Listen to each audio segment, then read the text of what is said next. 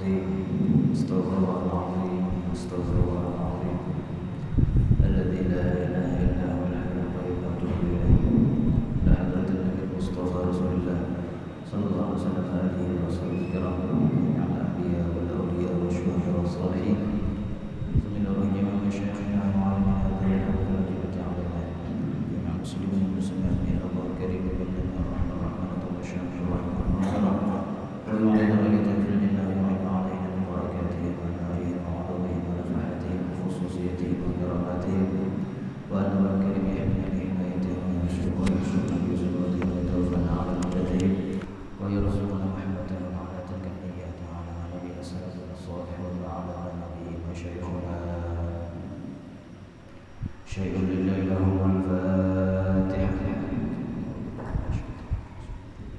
الحمد لله رب العالمين الرحمن إياك نعبد وإياك نستعين اهدنا الصراط المستقيم صراط الذين أنعمت عليهم غير المغضوب عليهم ولا الضالين آمين.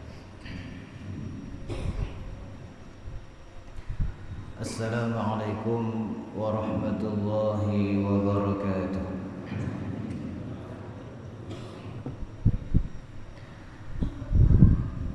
بسم الله الرحمن الرحيم. بسم الله ما شاء الله لا يسوق الخير إلا الله. بسم الله ما شاء الله لا يصرف السوء إلا الله. بسم الله ما شاء الله ما كان من نعمة فمن الله. بسم الله ما شاء الله لا حول ولا قوة إلا بالله. الحمد لله الذي جعل الصوم حصنا لأوليائه. الحمد لله الذي جعل الصوم حصنا لأوليائه وجنة وفتح لهم به أبواب الجنة. أشهد أن لا إله إلا الله وحده لا شريك له شهادة عبد لا يعبد ربا سواه. وأشهد أن سيدنا ونبينا محمدا عبده ورسوله الذي أيده بالبراهين القاطعة. اللهم صل وسلم على سيدنا محمد مفتاح باب رحمة الله عدد ما في علم الله صلاة وسلاما دائمين بدوام ملك الله وعلى آله وصحبه ومن والاه عدد كل ذرة ألف مرة. أقول سبحانك لا علم لنا إلا ما علمتنا إنك أنت العليم الحكيم وتب علينا إنك أنت التواب الرحيم وعافنا واعف عنا واغفر لنا وارحمنا وأنت أرحم الراحمين. ولا حول ولا قوة إلا بالله العلي العظيم. ولا حول ولا قوة إلا بالله العلي العظيم. لا حول ولا قوة إلا بالله العلي العظيم. رب اشرح لي صدري ويسر لي أمري واحلل عقدة من لساني يفقهوا قولي وسدد لساني وقومي واهد قلبي بحق سيدنا محمد صلى الله عليه وسلم. قال الله سبحانه وتعالى في كتابه الكريم وهو أصدق القائلين: يا أيها الذين آمنوا كتب عليكم الصيام كما كتب على الذين من قبلكم لعلكم تتقون. وقال صلى الله عليه وسلم: من صام رمضان إيمانا واحتسابا غفر له ما تقدم من ذنبه. صدق الله العظيم وصدق رسوله النبي الكريم ونحن على ذلك من الشاهدين الشاكرين. الحمد لله رب العالمين. أما بعد. Hadirin hadirat jamaah salat subuh yang dimuliakan oleh Allah Subhanahu wa taala. Mari kita bersama-sama memanjatkan puji dan syukur kita kepada Allah Subhanahu wa taala yang telah memberikan kita berbagai nikmat. Nikmat iman, nikmat Islam, nikmat sehat, nikmat menjadi umatnya Rasulullah sallallahu alaihi wasallam. Kemudian salawat dan salam marilah kita terus-menerus selalu ucapkan kepada junjungan kita Nabi besar Muhammad sallallahu alaihi wasallam, kepada keluarga beliau, sahabat beliau, zuriyat beliau beliau hingga akhir kiamat nanti dengan ucapan Allahumma shalli wa sallim wa barik ala sayyidina Muhammadin wa alihi wa sahbihi wa barik wa sallim ajma'in. Kemudian daripada itu, hadirin hadirat yang dirahmati Allah Subhanahu wa taala, alhamdulillah, satu nikmat yang sangat besar, yang tidak kalah besarnya, yaitu kita diberikan oleh Allah Subhanahu wa taala nikmat taufik, nikmat hidayah. Biasa disebut orang wabillahi taufiq wal hidayah. Taufik dan hidayah. Sebenarnya yang berdahulu itu hidayah dulu baru taufik. Cuman di dalam susunan kata itu wabillahi taufiq wal hidayah. Taufik didahulukan.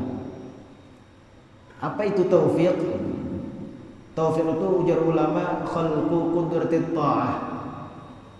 Bahasa kitanya kemampuan atau diberikannya kita kemampuan oleh Allah Subhanahu wa taala untuk mengerjakan taat, untuk mengerjakan ibadah, untuk mengerjakan kebaikan-kebaikan. Jadi di sini kita memandang taufik Allah Subhanahu wa taala, memandang pertolongan Allah Subhanahu wa taala. Jadi taufik itu khalqu qudratit ta'ah. Bahasa kitanya ringkasnya Allah memberikan kemampuan kepada kita untuk melaksanakan ketaatan, ibadah, kebaikan-kebaikan. Cuman sebelumnya itu pasti ada yang namanya hidayah. Hidayah ini adalah merupakan sebuah nur, cahaya dari Allah Subhanahu wa taala yang diletakkan di dalam hati seorang hamba. Sehingga dengan hidayah itu maka timbul rasa, timbul keinginan untuk melaksanakan kebaikan. Jadi kalau kita lihat dari keterangan ini, yang dulu itu hidayah dulu, hidayah baru taufik. Cuman biasanya kalau kita pasti mendengar orang ceramah atau apa, wabillahi taufiq wal hidayah, taufik didahulukan. Nah, apa itu salah? Ada salah. Ini kalau orang belajar ilmu sastra bahasa Arab, ilmu balaghah, marahnya di situ kena ada namanya ta'jilul masarrah. Ta'jilul masarrah. Bahasa kitanya mendahulukan sesuatu yang sangat diinginkan. Nah, walaupun urutannya itu yang kedua, tapi karena ini yang sangat kita inginkan, yang sangat kita harapkan adalah taufik Allah Subhanahu wa taala, lalu kata-katanya didahulukan. Nah, itu dalam ilmu balaghah ta'jilul masarrah. Artinya mendahulukan sesuatu yang sangat diinginkan, sangat yang diinginkan, sangat yang didambakan. Lalu didahulukan kata-katanya wabillahi taufiq wal hidayah. Nah, kalau sebenarnya hidayah dari Allah Subhanahu wa taala. Hidayah dari Allah Subhanahu wa taala di dalam hati seorang hamba untuk mengerjakan suatu taat. Dapat hidayah, dapat keinginan, lalu kau menggawi, lalu kau mengerjakan, nah itu ngarannya taufik. Cuman sebelum hidayah itu datang, tentunya ada ilmu namanya. Lalu susunannya ilmu dulu, baru hidayah, baru mendapatkan taufik dari Allah Subhanahu wa taala. Tidak akan mendapatkan hidayah kecuali apa? Tidak akan mendapatkan hidayah kalau orang itu tidak mengetahui ilmu. Tidak akan mendapatkan taufik kalau tidak mendapatkan hidayah. Jadi tiga macam ini serangkai. Kada kau terpisah, ilmu, hidayah, taufik. Apa yang dimaksud dengan ilmu? Adalah suatu pengetahuan. Suatu pengetahuan, misalnya aja kita sembahyang subuh berjamaah di masjid pulang. Nah, kalau kita kada tahu misalnya keutamaannya, bahasa Banjarnya tuh rasa hambar kita. Nah, lamun rasa hambar, nah ini bisa kada tegawe tak? Bisa kada kerja. Hawai jarum atau hawai dulu. Yalah. Nah. Lalu dengan ilmu, dengan pengetahuan, nah, mengetahui fadilah-fadilah sembahyang subuh. dan sembahyang-sembahyang yang lain. Dalam sebuah hadis, nah di sini Rasulullah sudah menjelaskan, memberikan ilmunya supaya kita itu semangat, supaya timbul hidayah di dalam hati kita. Wajah Rasulullah SAW dalam sebuah hadisnya, man shalla subha fa huwa fi dhimmatillah. Siapa yang mengerjakan sholat subuh, ini masih umum, subuh berjamaah, kali berjamaah, fa huwa fi dhimmatillah, orang itu di dalam jaminan Allah Subhanahu wa taala. Jaminan keselamatannya, jaminan rezekinya, jaminan keluarganya, seluruhnya dijamin oleh Allah Subhanahu wa taala. Maka ujar Rasulullah SAW hadisnya, fala yatlubannakumullahu minhu dhimmatahu bi syai' fayudrikahu fayaqullahu fi nari jahannam. Maka jangan sesekali mengganggu, menyakiti orang yang sudah sholat subuh, karena orang itu di dalam jaminan Allah Ta'ala. Kalau mengganggu orang yang sholat subuh, menyakiti, mengganggu, maka Allah Subhanahu wa taala sendiri yang akan menghadapinya. Allah akan masukkan dia ke dalam neraka. Nah, ini di dalam jaminan Allah Subhanahu wa taala. Ini contoh daripada ilmu. Kita mengetahui seperti itu hadis-hadis Nabi sallallahu alaihi wasallam, lalu timbul di hati kita ada hidayah, hendak mengerja. Itu di antara contoh. Karena itu kita di bulan puasa ini adalah waktu yang sangat tepat untuk menggali ilmu, mengetahui ilmu-ilmu supaya kita nantinya mendapatkan hidayah, sehingga kita bisa mendapatkan taufik dan mengamalkannya dalam keseharian kita. Hadirin-hadirat yang dirahmati Allah Subhanahu wa taala.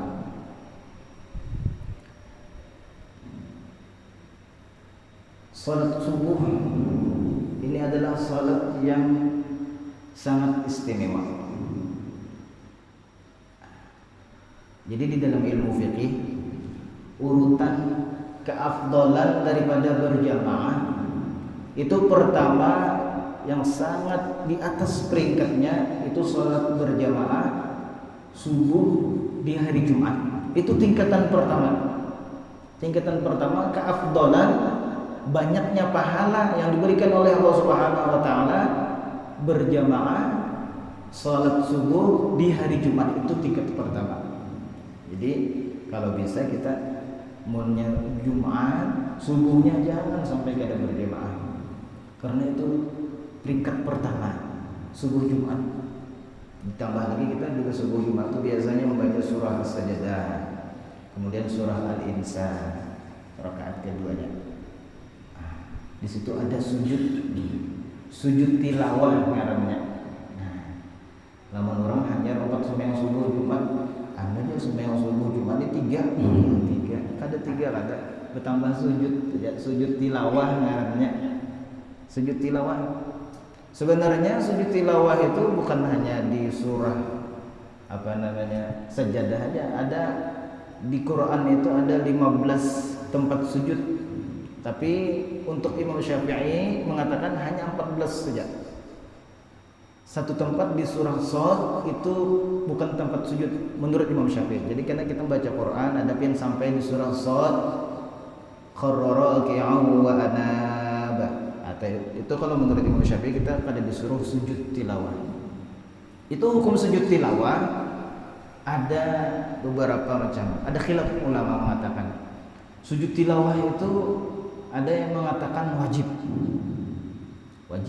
bila terlalui ayat yang isinya suruhan sujud. Berapa tempatnya itu lihat di Quran kena ada aja tandanya 14 menurut Imam Syafi'i.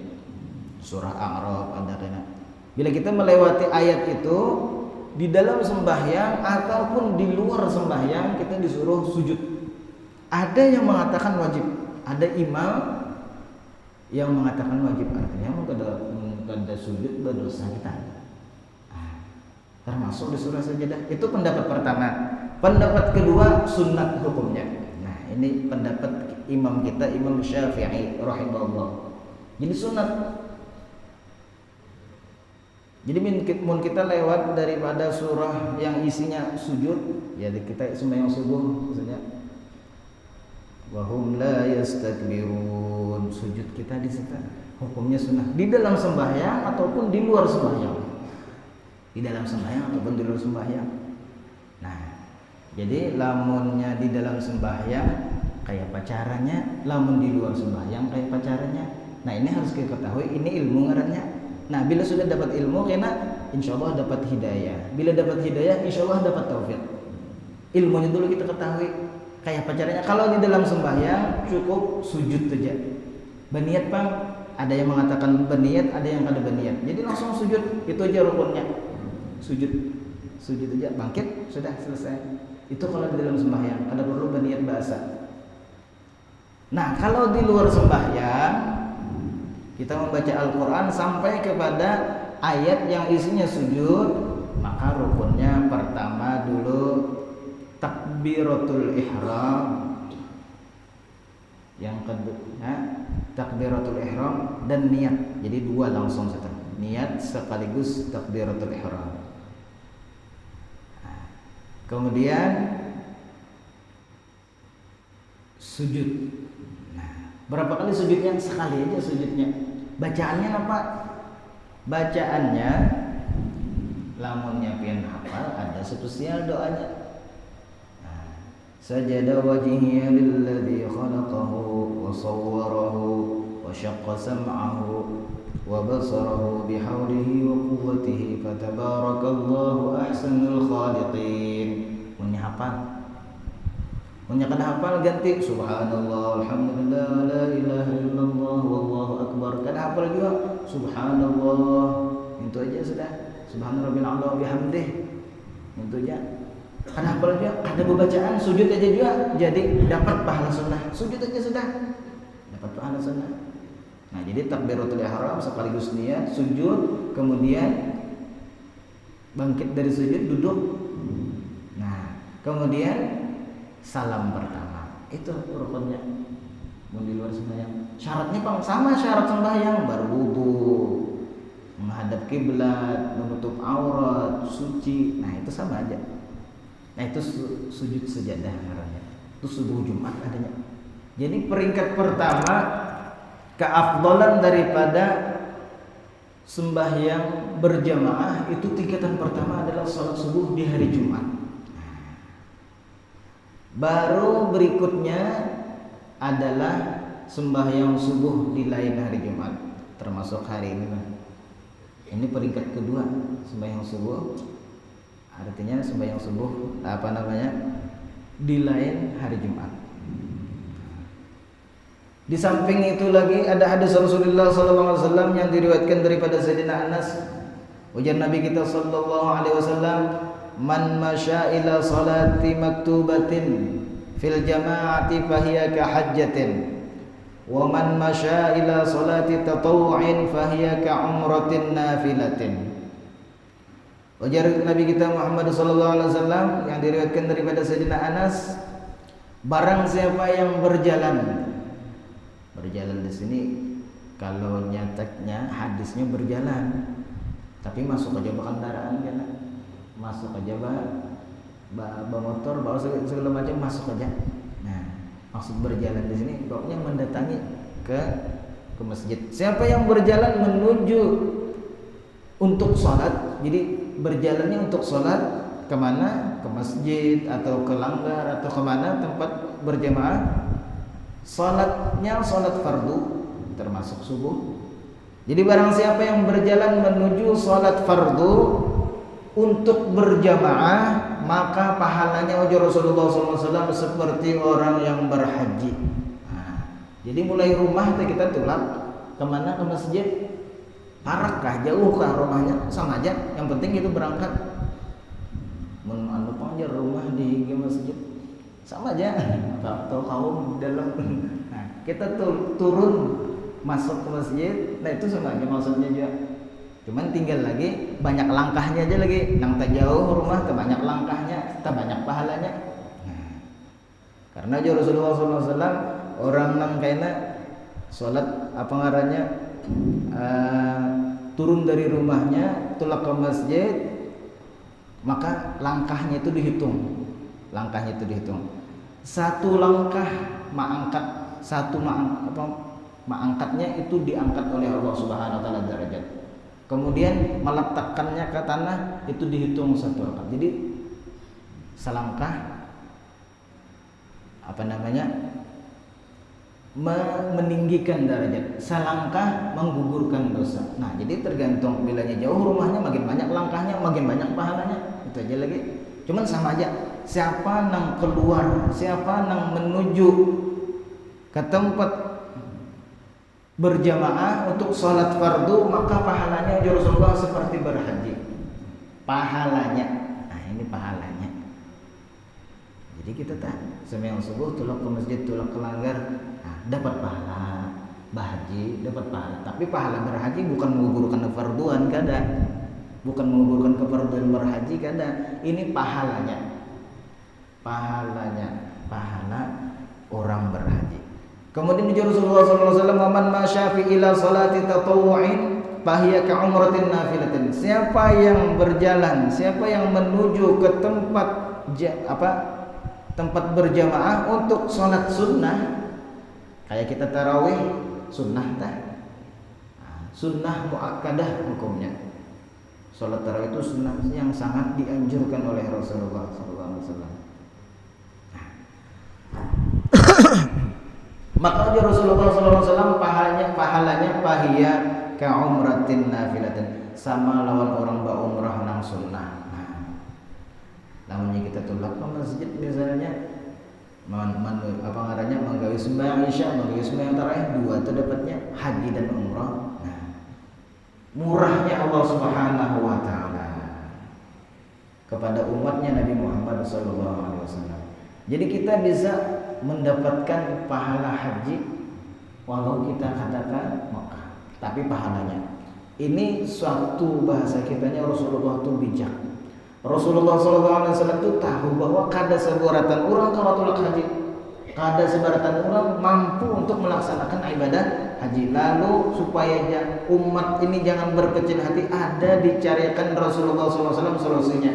Artinya supaya kawan mengimbangi pahala mereka itu. Tapi pahala pokoknya, gaji pokoknya, lamunnya bahaginya lain pulang.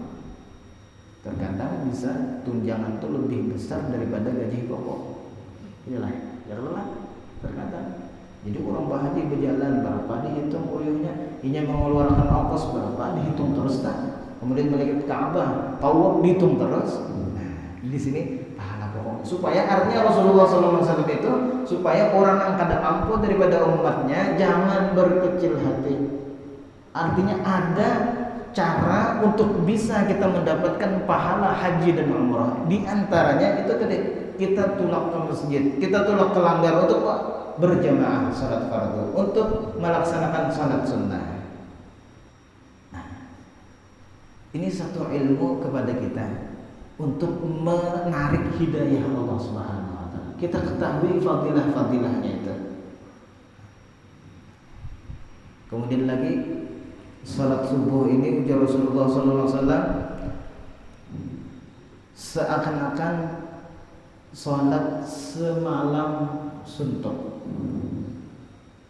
Dalam sebuah hadisnya Rasulullah SAW bersabda, "Man shallal isya fi jama'atin faka'annama qama nisfal laili. Wa man shalla subha fi jama'atin faka'annama shallal laila kullah." Barang siapa yang sholat isya berjamaah, maka seakan-akan ia beribadah setengah malaman. Setengah malaman dan beribadah mengkawal berjamaah sholat isya setengah malam pahalanya sama ini pahalanya seberatan. Karena Rasulullah tahu umat itu kada seberatan kaum beribadah apalagi malam. Ada yang sudah siang begawe kuyuhan malam bisa guringnya lagi. Iyalah. Tahu Rasulullah itu tahu bahwa umat itu kada seberatan kaum beribadah dengan sepenuhnya.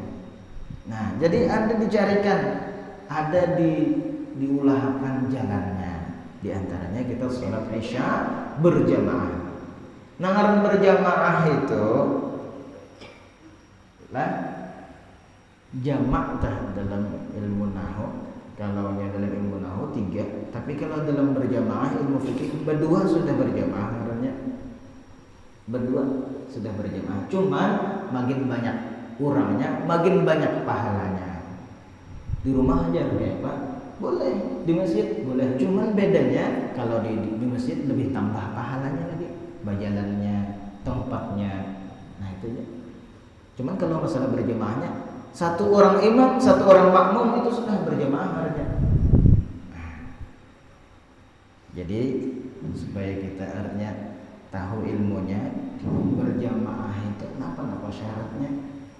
Nah, di antara syarat kita berjamaah itu pertama, jangan sampai posisi si makmum mendahului daripada imam dengan tumitnya. Jadi tumit si makmum jangan sampai tak maju daripada tumit imam. Artinya kalau sembahyang sejajar itu sah. Sembahyang sejajar sah. Cuman kalau kita berjamaah itu ada aturannya. Ada aturannya. Kalau sah. Nah, cuman nang sunnahnya bila kita berjamaah antara saf ke saf, antara imam melawan nang di belakangnya itu kurang lebih 1,20 m. Nah, hitungnya sejadah kita. Itu nang sunnahnya. Antara imam lawan nang di belakangnya, saf di belakang lawan saf nang di belakangnya lagi terus sampai ke belakang itu jangan lebih kurang 1,20 m, kurang lebih 3 hasta. 1,20 m. Lebih daripada itu ada yang mengatakan itu makruh. Sejadah kira-kira 1,20 m lah, kurang lebih lah. Ini kira-kira nih 1,20 m. Itu nang sunnahnya. Bilanya sembahyang berimaman berdua misalnya, nah itu berparak sedikit. Posisinya di sebelah kanan imam, berparak sedikit. Jangan sampai 1 meter tadi, 1,20 m tadi, bermaju sedikit. Itu bila berdua. Bilanya bertiga, makmum saikung, imam saikung, makmum berdua. Nah, ini di belakang batatai besok berdua. Ini pahala saf ada. Jadi orang berjamaah itu macam-macam pahalanya dihitung. Pahala saf ada, pahala merapatkan saf, pahala. Jadi berjamaah itu secara umum pahalanya 27. Ada yang mengatakan 25. Itu pahala yang secara umum, secara global. Tapi banyak lagi tambahan-tambahannya. Kita merapikan saf ada pahalanya. Kita mengisi saf yang kosong ada pahalanya. Itu semua ada nilai-nilai sebenarnya. Jadi artinya intinya kayak itu aja tah. Bila kita sembahyang bagus benar kita berjamaah, apalagi ke masjid. Nah, itu tah. Karena pahala itu luar biasa banyaknya. Bukan hanya dapat 27 itu aja, lebih banyak lagi. Itu. Di antaranya jangan terdahulu tumit. Paling kadang-kadang jangan dahulu tumit si imam, tumit makmum daripada tumit imam. Nah, itu pertama. Yang kedua diantaranya lagi syarat orang berjamaah itu berniat menjadi makmum. Nah, berniat jadi makmum. Jadi namun kita sembahyang jadi makmum, kada berniat mengikut imam, kada sah sembahyangnya. Kada sah. Lamun imam Pak, kalau imam sunnat tajainya. Kalau imam sunnat aja membuat usolli fardhu subhi raka'ataini mustaqbilal qiblati imaman lillahi ta'ala. Sunnah aja si imam. Sunnah aja. Kalau si makmum wajib membuat makmuman itu wajib. Cuman anak makmuman itu kada wajib di takbiratul ihram, kada wajib. Di luar biasa. Tapi di mana kita berniat di situ kita mulai dapat pahala berjamaah. Jadi berniat. Kalau makmum kan berniat kecuali sembahyang Jumat. Kalau sembahyang Jumat itu hukumnya jamaahnya fardu ain. Jamaahnya fardu ain karena orang berjamaah itu hukumnya di dalam ilmu fikih ada nang fardu ain. Arti fardu ain perorangan, yaitu salat Jumat. Berjamaah salat Jumat itu hukumnya fardu ain bagi laki-laki. Jadi kada kawan sembahyang di rumah laki-laki misalnya Jumat di rumah kada kawan. Dalam mazhab Syafi'i berdua aja kada kawan di rumah. Nah, harus berjamaah. Jamaahnya pun harus 40 dalam mazhab Syafi'i. Nah itu. Jadi pertama tadi apa ngarannya, berjamaah itu ada hukumnya fardu ain. Ada lagi hukumnya fardu kifayah. Ini pendapat Imam Nawawi. Jadi sembahyang fardu yang 5 itu lah bagi laki-laki itu hukumnya menurut Imam Nawawi fardu kifayah. Arti fardu kifayah, dalam satu kampung itu harus ada yang melaksanakan. Bila kadang sebuah kampung itu melaksanakan sembahyang berjamaah, maka berdosa satu kampung itu. Itu menurut pendapat Imam Nawawi. Tapi kalau kita mengikuti pendapat imam yang lain, mengatakan sunnah muakkadah, sunnah yang sangat dianjurkan oleh Nabi kita Muhammad SAW. Tak kurang sedikit. Kalau fardu kifayah harus dilaksanakan. Jadi kalau ada misalnya masjid yang kosong, langgar yang kosong, kan ada berjamaah di kampung itu, nah menurut pendapat Imam Nawawi berdosa semua karena hukumnya fardu kifayah.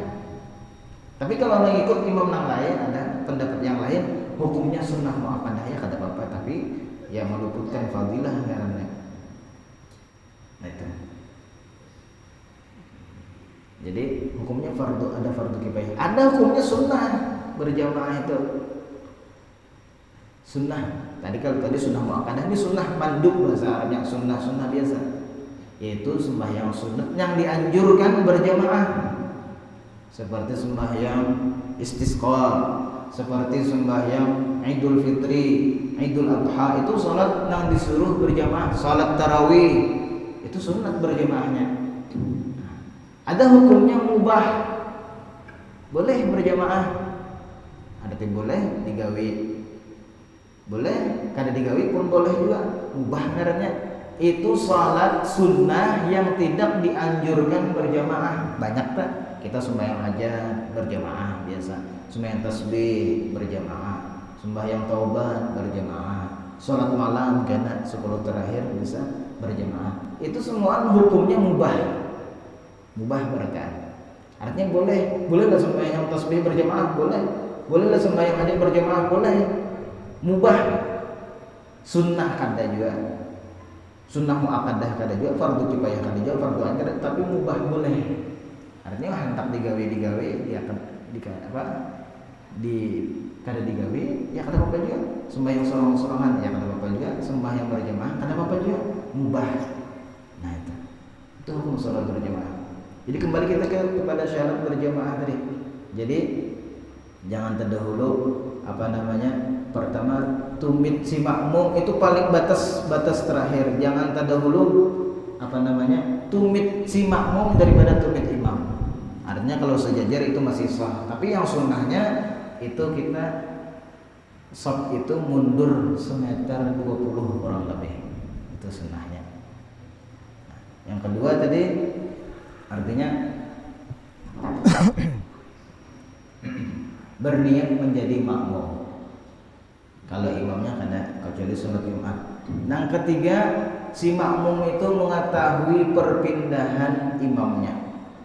Mengetahui perpindahan dari berdiri ke ruku, dari ruku ke i'tidal, dari i'tidal ke sujud dan seterusnya. Itu diketahui oleh si makmum. Bisa mengetahuinya dengan melihat atau dengan mendengar. Pengaruh suara sembahyang di luar situ misalnya kan melihat oleh imam, tapi mendengar suara, melihat, mendengar. Nah itu harus mengetahui dengan mendengar atau melihat.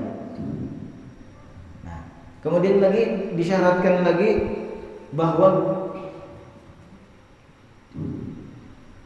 si makmum jangan sampai menyalahi imamnya daripada pekerjaan sunnah yang sangat mencolok apabila disalahi. Maksudnya apa? Maksudnya jangan sampai makmum itu menyalahi.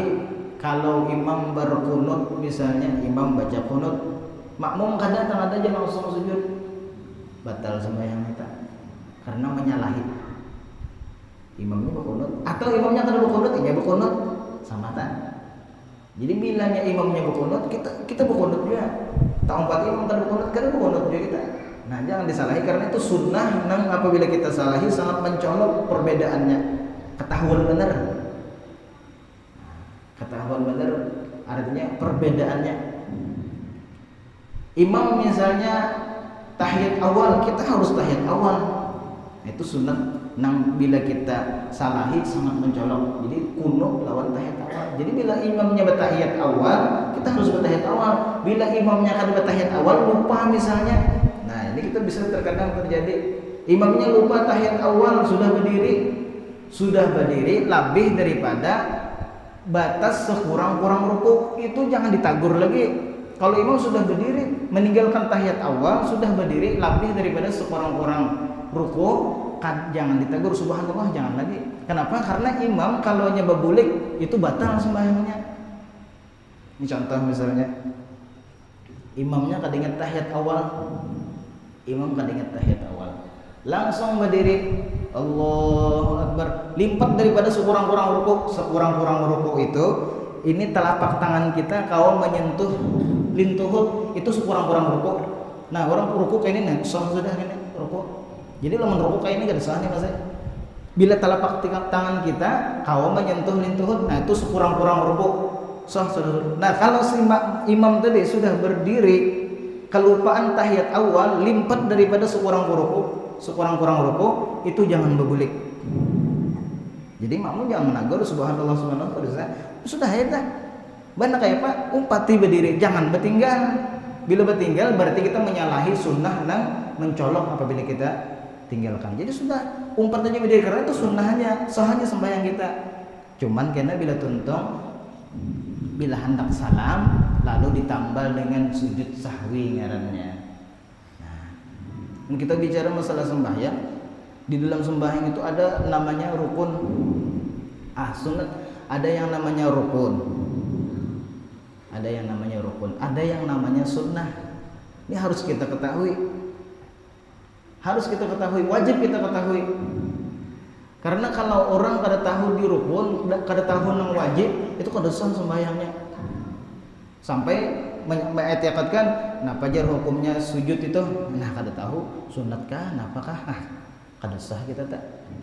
Sembahyang kita, makanya harus dilandasi ilmu. Ujar Imam Ibnu Ruslan di dalam kitab Zubatnya, fakullu man bighairi ilmin ya'malu a'maluhu mardudatun la tuqbalu. Setiap orang yang beramal tanpa ilmu, amalnya ditolak, tidak diterima. Bahkan sah. Nah itu. Jadi sudah naik aja sudah. Nah. Naik apa artinya ikuti imam, karena bilanya kita kada mengikuti imam, bertinggal kita batal sembahyang kita. Itu tadi. Jadi tadi di dalam sembahyang tadi ada rukun, ada sunnah.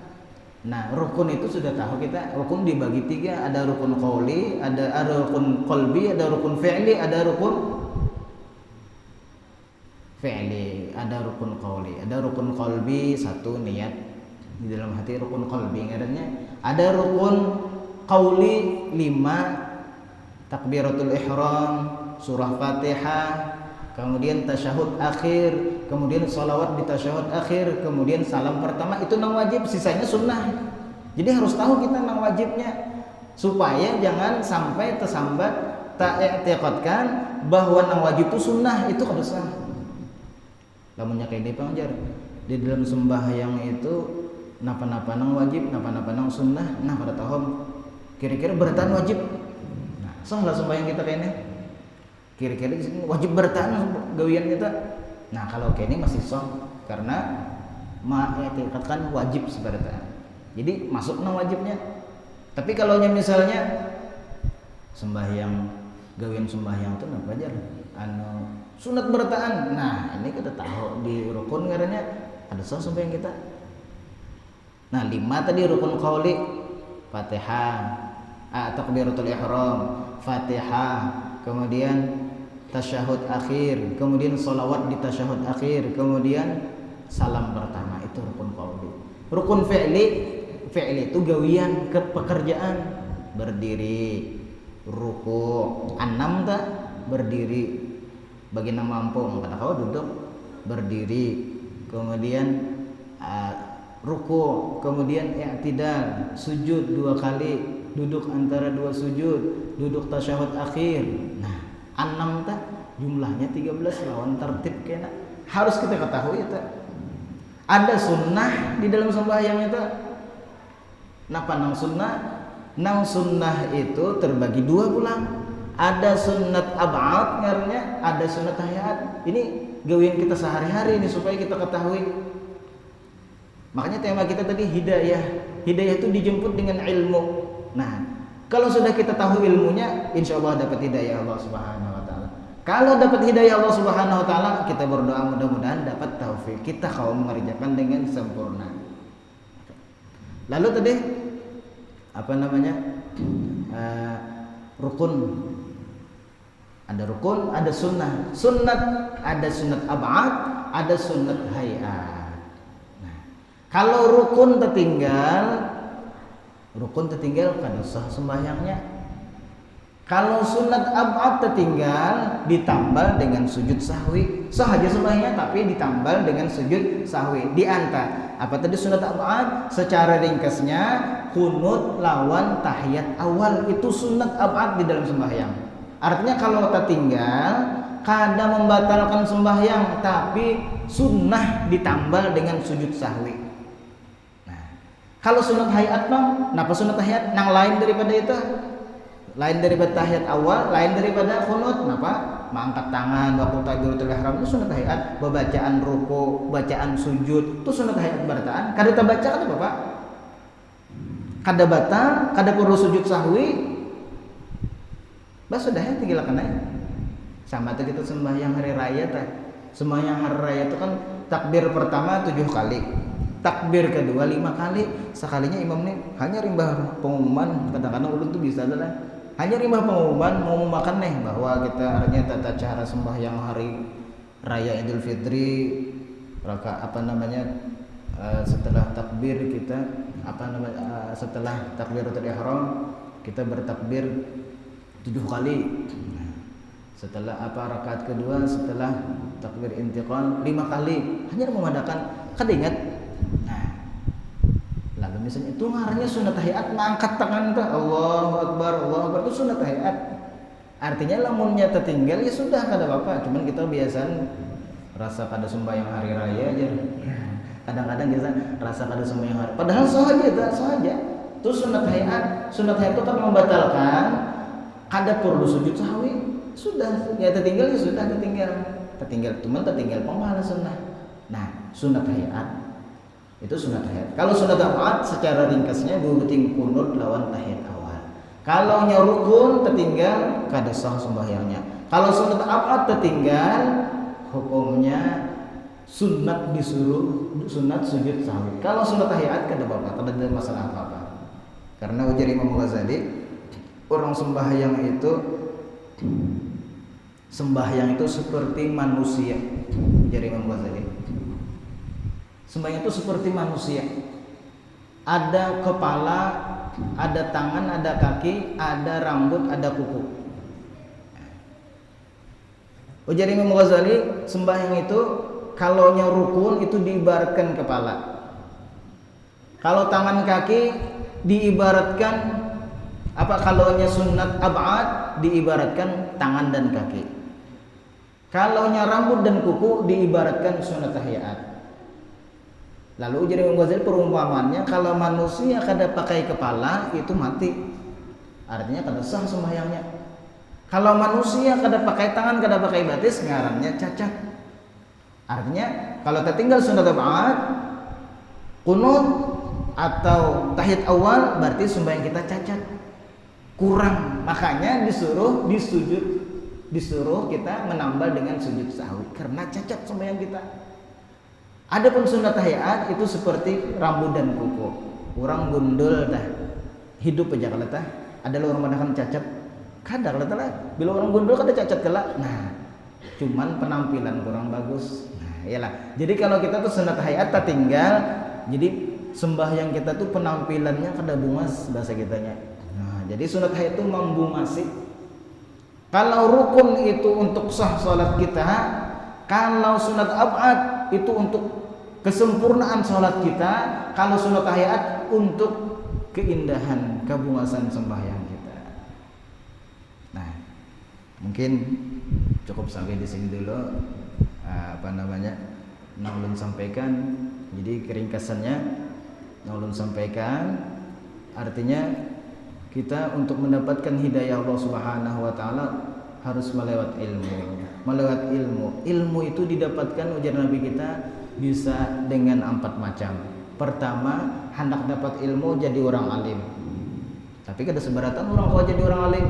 Yang kedua, kalau kada kau jadi orang alim hendak dapat ilmu jadi muta'allim. Arti muta'allim pelajar, sekolah. Kada kau jadi pelajar untuk mendapatkan ilmu. Yang ketiga, mustami'an. Nah, ini kita duduk untuk mustami'an itu untuk mendapatkan ilmu karena. Kalau kawan yang ketiga, nang keempat muhibban, ketujuh. Ngawan ketujuh bakawan orang nang berilmu sedikit-sedikit kita tahu jadinya. Nah, artinya bahwa ilmu itu akan membawa kita kepada hidayah dan hidayah insyaallah membawa kita kepada taufik. Nah, insyaallah kita akan lanjutkan di pertemuan berikutnya. Mohon maaf ulun kalau kalungan dan Allahu iyyakum ajma'in. Assalamualaikum warahmatullahi wabarakatuh. Al-Fatihah.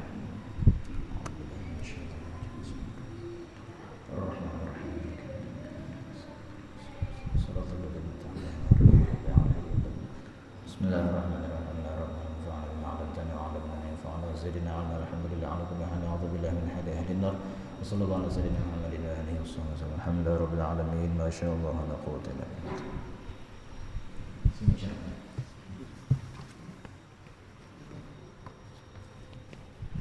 Salatul Isyraq rahimakumullah.